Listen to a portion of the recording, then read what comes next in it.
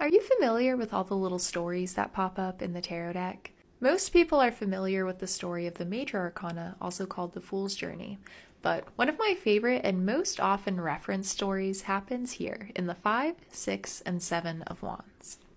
So if we look at the 5 of Wands, it's a story of conflict. There are 5 people all standing in a circle hitting each other with sticks.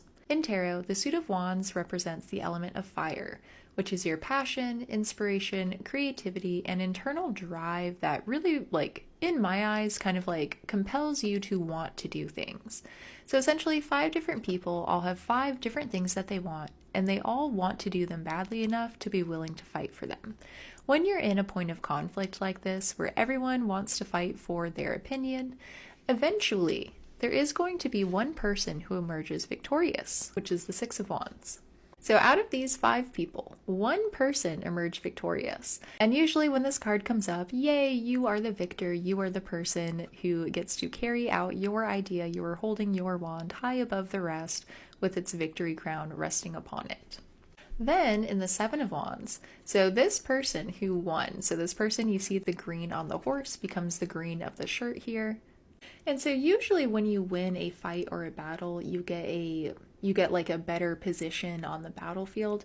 So this person here has a bit of high ground. So they have won this space that they are on, but from this landing, they are still having to engage with this past conflict. So these people who lost did not want to give up easily. You can even see the slightly disgruntled faces of the people behind him here.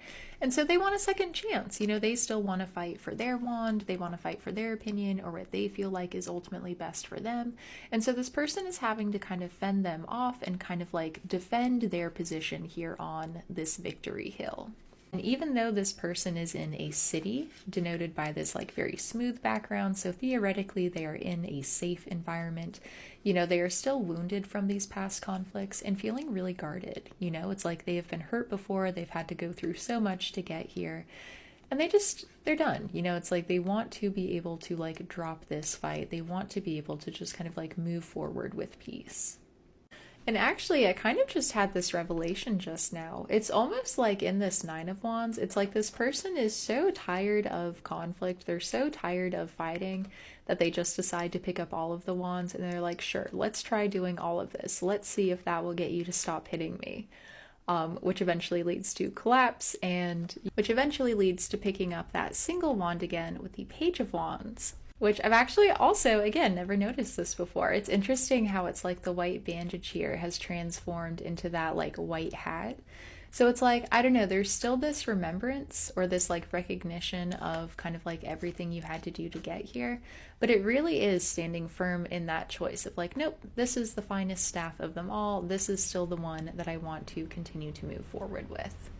So if you're interested in how you can read all of tarot as a story together, or even just how to read tarot directly from the cards rather than having to look at a book, I have a free course on my website that will teach you how to read tarot entirely from scratch. And if you already know how to read tarot, I will eventually put some intermediate and expert courses on my website. And consider joining my email newsletter to be notified of when I release those future courses.